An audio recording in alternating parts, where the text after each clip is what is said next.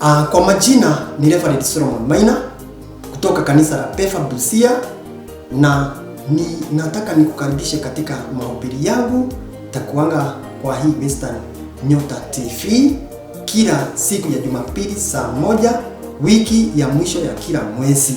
Na kukaribisha kutoka mahali popote ulipo, tafadhali uwe unafuatilia vipindi vyangu. Yaani wewe ukikaribishwa mahali, ninakuomba usije ukapotea.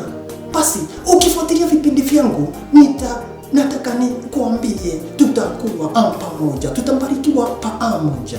Asanteni sana.